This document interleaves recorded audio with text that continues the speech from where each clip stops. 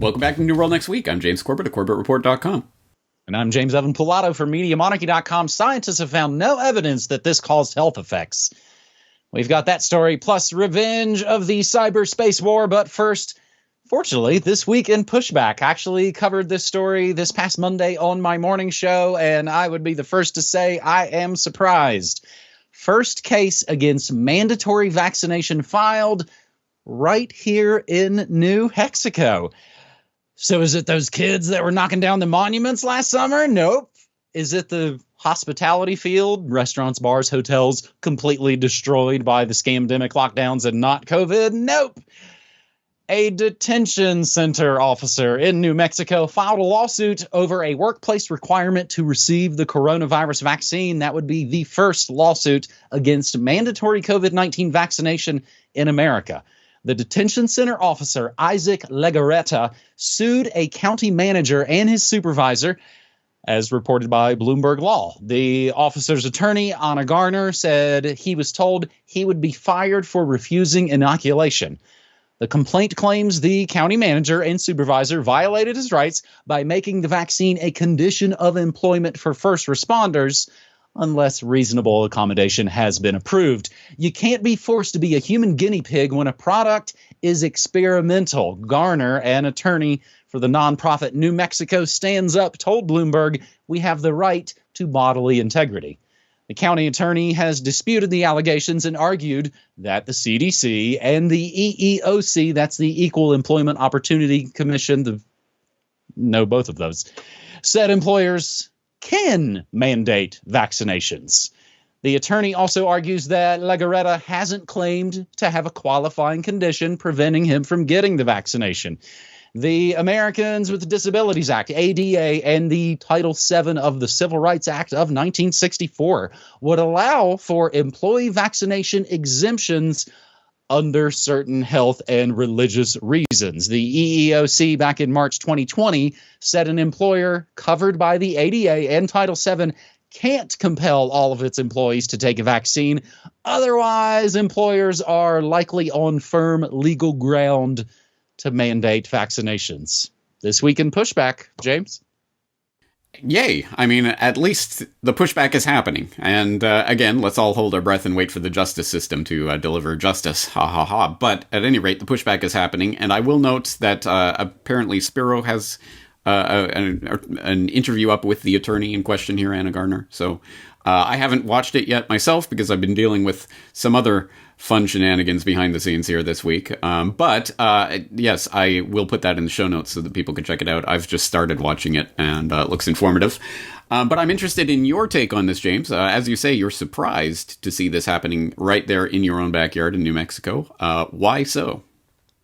I guess I'm surprised at it. Just again, I've only been living here for 3 years, just under 3 years by a couple of weeks.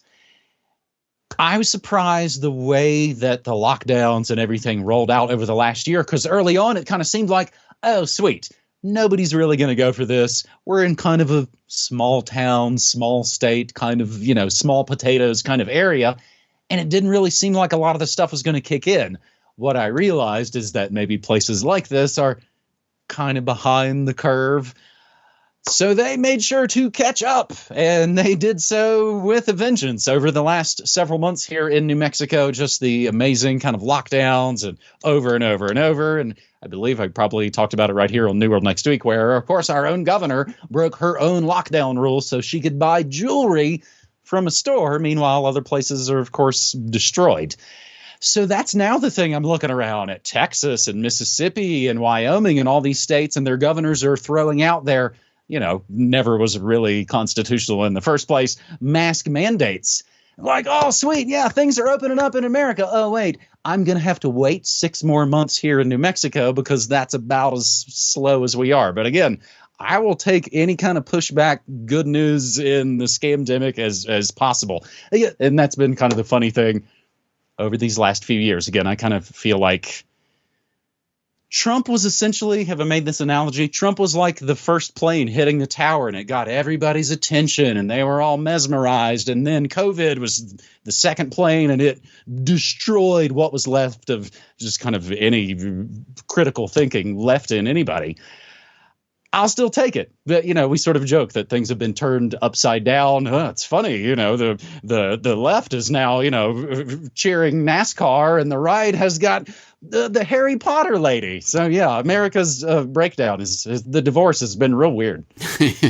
It's not just America, but yeah, it's definitely playing out there. And as you say, pushback is good, and it needs to happen, regardless of what actually plays out in the court system. At any rate, the pushback is happening, and people need to support this pushback. Again, I think this is going to play out differently in different places, and it's interesting. I'm going to be keeping my eye out there in New Mexico. At least we have some eyes on the ground there to keep us updated on it. Absolutely. In other pushback news, and actually, James, I even got something from someone else talking about Canada. But a doctor listener a couple days ago sent me this from Liberty Coalition Canada. It's called Canadian Doctors Speaking Out. Their goal is to halt the misuse of power by politicized public health experts currently being conveyed through damaging COVID-19 public health policies that are destroying Canadian society and the health of Canadians. There is a video with it as well. We'll, of course, include the links to all of those things in our show notes. James, I do sometimes wonder, getting one Canadian email, then another email about Canadian news, I sometimes wonder if people think the Jameses are the same person. I confuse us all the time. I know. We're like, yeah, again, they're separated at birth here. I think, we're in our 12th calendar year of making New World Next Week. If we haven't said this very specifically, maybe we said it in our video where we got to hang out in Japan. It's a perfect setup. I was literally the class clown, and you were literally a school teacher. So you put us together, and we can make New World Next Week for 12 years and running. Our second story this week on New World Next Week, episode 440, U.S. preparing cyber attack against Russia over SolarWinds hack. And we take this from antiwar.com. But according to a report from the New York Times, the Biden administration is planning cyber attacks against Russia in the coming weeks. The cyber offensive could come with new sanctions and would mark a serious escalation towards Moscow from the new administration. Anonymous U.S. officials told the New York Times that the first major move is expected to happen sometime over the next 3 weeks. It will consist of a, quote, series of clandestine actions across networks that are intended to be evident to President Vladimir V. Putin and his intelligence services and military, but not to the wider world. It's clandestine. The wider world won't know anything about it. It seems like places like the New York Times and the Washington Post, again, are giant intel launderers. They're basically cutouts for the intelligence agency to float their messages out. The officials said the cyber attack will come along with new economic sanctions on Russia. The planned cyber attack is being framed as retaliation. Get you back better, I think is the Biden slogan. For the hack for the software firm SolarWinds that affected several U.S. government agencies. The SolarWinds hack, if you didn't know, was discovered late last year, immediately blamed on Russia by members of Congress and Western media outlets, despite a lack of evidence that showed any of that. The U.S. formally attributed blame to Russia for the SolarWinds hack just 2 months ago, back in January. So then the FBI, NSA, CISA, and the DNI released a statement that said the hack was, quote, likely Russian in origin. Missing from the statement was any evidence for the accusation. It gets even better. The Times story that reported the Biden administration's plans also mentioned another recently discovered hack of Microsoft email servers that's being blamed on another U.S. adversary, of course, China. The hack apparently affected servers used by small businesses, local governments, and military contractors. So far, it's just Microsoft Tiny Lip making the claim that China was responsible for the cyber attack, and the U.S. has yet to attribute blame. But according to the Times, the Biden administration is already mulling the options to go after China for the Microsoft intrusion. Just the cherry on top, the icing on the gravy. According to the Times, in August 2018, President Trump signed a secret document giving U.S. Cyber Command more authorization to go on the offensive in the cyber realm. These Trump authorizations are reportedly under review by the Biden administration. Obama builds the cages, Trump uses them. Trump wrote the code for the cyber war, Biden will upload it. Hey, maybe hopefully these upcoming cyber attacks will be as wildly reckless and dangerous to civilians as Obama and Israel's Stuxnet op. Hey, we can only hope, right, James? Yeah, exactly right. So the latest update to that Microsoft flaw is at least 10 hacking groups using Microsoft software flaw, according to researchers. And they're talking about apparently at least 10 different hacking groups have access to this exploit that they're using to do such things as hack into the Norwegian government's communications and various German federal authorities, etc. So this is blowing up as the SolarWinds has blown up and is now, of course, coming to fruition in this declaration. Hey guys, we're secretly going to attack you in the coming weeks. Don't tell anyone. Let's put it on the front page of New York Times. Don't tell anyone. Yeah. So obviously there's several layers of psyop going on here. And you have to wonder, look, credit to Anti-War for the write-up. They go through it and they explain it in a great degree of detail about the stupidity of attributing the SolarWinds hack to Russia when the super secret password for their update server was SolarWinds 123. And that was actually posted to GitHub for 2 years before they changed the password. So it literally could have been anyone. Literally, the only thing that has ever been forwarded so far from these intelligence agencies or from anyone to suggest why it is Russia that is responsible for the SolarWinds hack is that the sophistication of this attack. Yeah, the sophistication of getting a password that was on GitHub and using that. Yeah, who could have done that? Only the Russians would be that clever, right? I mean, it's total nonsense. But then it really does make you wonder, well then, okay, so what is this really about? Why are they announcing this? And then what is the role of Anti-War or in us in perpetuating this by saying, by basically repeating all the propaganda? And I don't know. Stop me if you've heard this before. It reminds me of a book. Maybe you've heard of it. It's called 1984. I try to resist the urge, but I can't. It always comes back to this. This is Eurasia, East Asia, Oceania, and all we know is the bombs are dropping every couple of days and the sirens go off and some bombs drop and some people die. And they say it was Eurasia. It was Eurasia. It was Eurasia. It was Eurasia. And then one day you wake up and it's like, no, it's East Asia. We've always been at war with East Asia. What are you talking about, Eurasia? Look at the newspaper. Look at the old newspapers. They all say East Asia. What are you talking about? And in reality, people like the Outer Party members like Winston Smith walking around thinking, well, I don't even know. It might be our own government. Maybe there aren't 3 governments. Maybe it's actually just one power structure that rules the whole world. I don't know. And that's kind of where we're at. Like, okay, when it comes to these cybersecurity operations and these secret warfare things and these big security hacks and exploits and, oh, look, this is being hacked over here and this is being done over there. Yeah, I guess so. I don't know. I mean, I guess there's something going on, but who? And are these governments actually at war with each other, or are they just at war with us? And they're the convenient boogeyman that they point at. So the Americans can point at the Russians and the Chinese, and the Russians can point at the Americans, and everyone can point at someone else and say, look, that's what's happening. And how will we ever know from our level? We don't have access to the server logs. So this is the perfect instantiation of a total nightmare future where, the bottom line is they're at war with us. We are the targets of all of this. And all of this drama that's playing out between governments and stuff is just to get you invested in their system so that, oh, it's the Russians, it's the Chinese, it's the boogeyman. Yay, it makes us feel good. And that's the system in a nutshell. So I don't know, again, what the point of propagating stories like this are, other than to say, guess what, guys? There's going to be massive digital disruptions in the near future, which is even more important now that everything is digital, and it's going to be a spectacular 9/11-like event, and you better believe it's going to result in bigger clampdowns online. Surprise, surprise. We were actually speculating in my chat earlier. because there was that video that made the rounds. It was like the kids' video. What would happen if Bill Gates disappeared?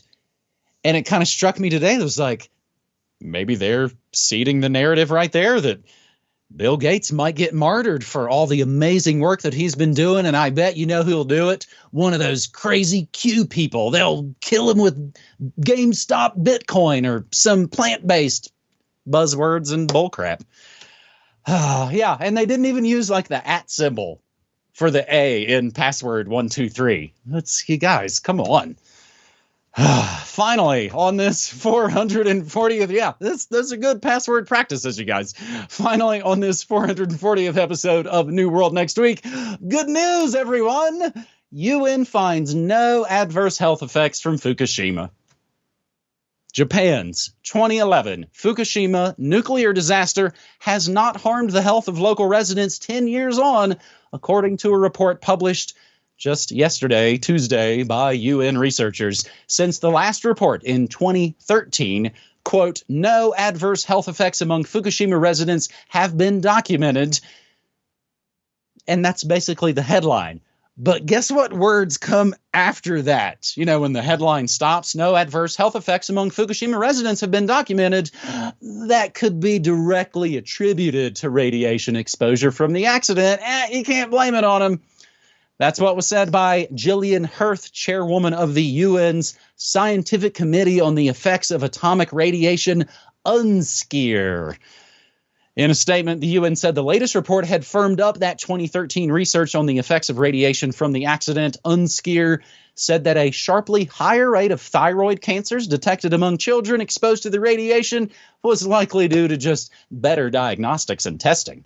The UN's nuclear watchdog, of course, the IAEA, the International Atomic Energy Agency, also said there was no evidence that the disaster had any detrimental effects on people's health.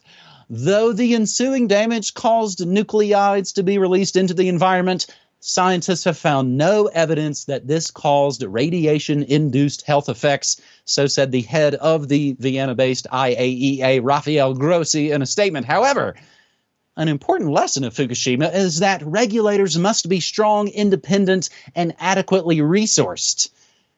If you don't recall, a magnitude 9.0 earthquake and tsunami triggered the Fukushima disaster, which released large amounts of radiation into the air, earth, and water around the nuclear power plant 220 kilometers, that's 137 American miles, northeast of Tokyo. Around 100,000 people had to flee their homes, 19,000 killed immediately in the disaster. Fukushima, they say, was the worst nuclear accident since the 1986 Chernobyl disaster in Ukraine, where larger numbers of thyroid cancers were also detected. In other news, the air is safe to breathe at ground zero. It's easy. I can find a way to work that quote from the head of the EPA into all these episodes in the COVID era. James, this was all pretty much happening like a decade ago right now, and I really wonder what your thoughts and hopes and fears are on all of this 10 years later. Yeah, well, you point out the exact right point of where they choose to end that headline, because as even the Wikipedia page on Fukushima-related injuries and casualties notes, yeah, it's indistinguishable between cancers caused by this particular incident and other cancers. So you'll never know. So that's exactly right. Yeah, well, you can't attribute it to it. So I guess none have happened, right? That's not logical, but of course that's the way they're going to frame it. And so if all you were doing was following the sort of the mainstream headlines as they pop up every several years at this point, then I guess it sounds like oh yeah, that kind of thing happened and it was a scary thing, but it turned out okay, and I guess we'll just learn our lessons and move forward. So for example, you can go all the way back to April of 2011, where you had the first deaths on site. And so people are thinking, oh, wow, it's already starting. The workers there at Fukushima are dropping like flies. And then you read into that story about those the plant owner confirms first deaths as workers failed to contain leak. And it gets a bit murky. Well, actually, they were two workers, but they sustained multiple injuries and died due to blood loss. So it was clearly not radiation. It must have... Okay, so I guess that was okay. And then you fast forward to February 2012, and you have 573 deaths related to nuclear crisis. Well, there you go. 573 deaths. But then you read into the story and it's a disaster-related death certificate is issued when a death is not directly caused by a tragedy, but by fatigue or the aggravation of a chronic disease due to the disaster. So, oh, okay, so I guess people are just dying from stress, essentially. All right. Or you fast forward several years, you get number of children at time of Fukushima disaster diagnosed with thyroid cancer hits 160. So there you go, 160 thyroid cancer that have been screened and found in the Fukushima region. But, well, actually, is that so much higher than what we would find if we were doing a comprehensive screening? Maybe not. Maybe a little bit, but I don't know if we can attribute that necessarily. And then, actually, by March of this year, hey, we have the great news. TEPCO completes nuclear fuel removal from Fukushima number 3 unit.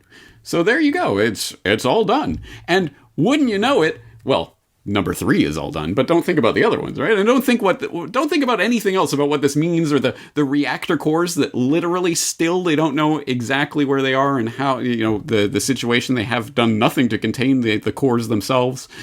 Don't think about that. No, they cleaned up the fuel, the spent fuel pool. So there you go. That's good enough, and that makes a good headline. And just in time for the Olympics, the 2020 Olympics that they're holding in 2021. And wouldn't you know it, just later this month, the Olympic torch is going to run through the J Village, which is 12 miles south of Fukushima. And they're going to spend 3 days running the torch around the Fukushima evacuation zones. Yay! It's a symbol of how Japan has relit the torch, I guess, figuratively and symbolically. So there you go. Everything's all peachy keen if you're just following that narrative, right? Oh, but there's little things that pop up here and there if you're actually looking for them. Like December of last year, radiation levels at Fukushima far worse than was thought. And this from the Asahi Shimbun talking about, it actually turns out, it's actually even worse than we thought it was. But as I've been saying for years and years, they're maybe that kind of thing will pop up here and there, but they're going to mostly brush that to the side, at least until the Olympics is over. And then maybe after the Olympics, you'll start to get some stories. Well, actually, it's a lot more serious. Actually, maybe. So that's still my prediction. I think after this Olympic nonsense is over, we might start to get some stories about what's really going on there. Until then, I wouldn't expect, I'm still not expecting anything whatsoever of substance to come from TEPCO or the Japanese government. If there's anything that this has accomplished, I guess, you could look at 10 years after Fukushima disaster, Japan's nuclear industry stalled, noting that, yes, in the wake of Fukushima, every single nuclear reactor in the country was shut down. And in the intervening 10 years, only 9 of the 54 reactors that were active in March 2011 have been restarted. And a couple dozen of them, I think, are set for decommissioning. So there is a change that is happening right now. And as they note in this article, the Japanese public obviously is not particularly super keen to get back on board with the nuclear power train. So that has happened over the course of the past decade. But what else has happened? As I say, we're not going to find out from these sort of mainstream news stories and happy clappy, hey, no directly attributable cancers or deaths, so I guess it's all okay, guys. Total nonsense. Having said that, from my perspective here in Japan, watching the news, I can tell you that the main focus of all the 10th anniversary stuff is the tsunami. That was the big event that killed 20,000 people in all at once. That was the big thing. And Fukushima is kind of like, oh yeah, and there's Fukushima going on as well. But that's kind of almost an afterthought for a lot of this 10th anniversary coverage. Well, and again, I'm reminded of 9/11.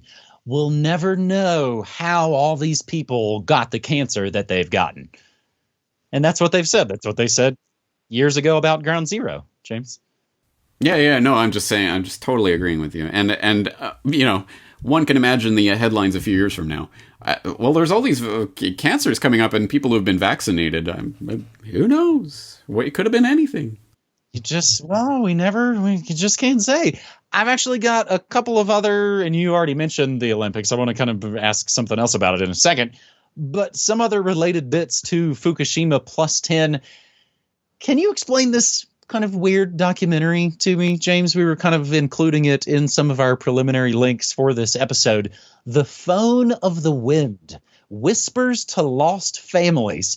It's some kind of documentary about some sort of phone near, I guess, the bad zones that people call their deceased loved ones. James, help me out. Yeah, I didn't watch it. This was from Brock West. He sent it over, so I watched a couple minutes of it, but I didn't see the whole story. If people are interested, they can go and watch it and let us know. Well, it's one of those things that, again, it's meant to bring hope and happiness and closure to all kinds of people. Some kind of closure, yeah. Sounds like a Yoko Ono art project, actually. It seems like a weird kind of cult ritual, as I guess so many things seem like a weird cult ritual anymore. The last bit of related news, James, you already kind of mentioned it there. It was news to me. Japan to stage Tokyo Olympics without overseas spectators. And this story from Japan today, it was just a few hours ago. James, thoughts on that one? I don't understand what they're even trying to do. I guess, I mean, anything to salvage this Olympic atrocity. But just let this be a warning. If Olympics is coming to your country in the future, take that as a big warning and an, oh God, no, oh please no. Do anything you can to sabotage your country's Olympic bid so that it doesn't come to your country, because I don't think it's going to work out too well for you. And it never does, whether it's the Olympics or even at times the Super Bowl and things like that. If you're a giant gangster bankster, you'll have a fantastic time. But if you're a regular person, or God forbid, homeless, they'll just sweep you off the street, put you away. I think for me, James, the one main thing about having the 2020 Tokyo Olympics in 2021 completely ruins all the weird synchromistic connections to Akira. And those are the sorts of media things we talk about in the Media Monarchy. One of my patented transitions to the end of this episode. James, I believe it's what you were referencing there earlier in the episode. Looks like Patreon are totally going for it. T-Lab has been toast. It looks like they're going for Whitney Webb, and it looks like they've gone for you. Your account is under review. Oh, no, it's actually been suspended now. So, I'll be making the formal announcement tomorrow. But yes, no, my Patreons are no more Patreons. Well, and they basically do like Twitter sort of does. They make you do their dirty work for them. Yep. No, if you just delete and censor yourself, you'll be okay. At least YouTube is like, you're gone.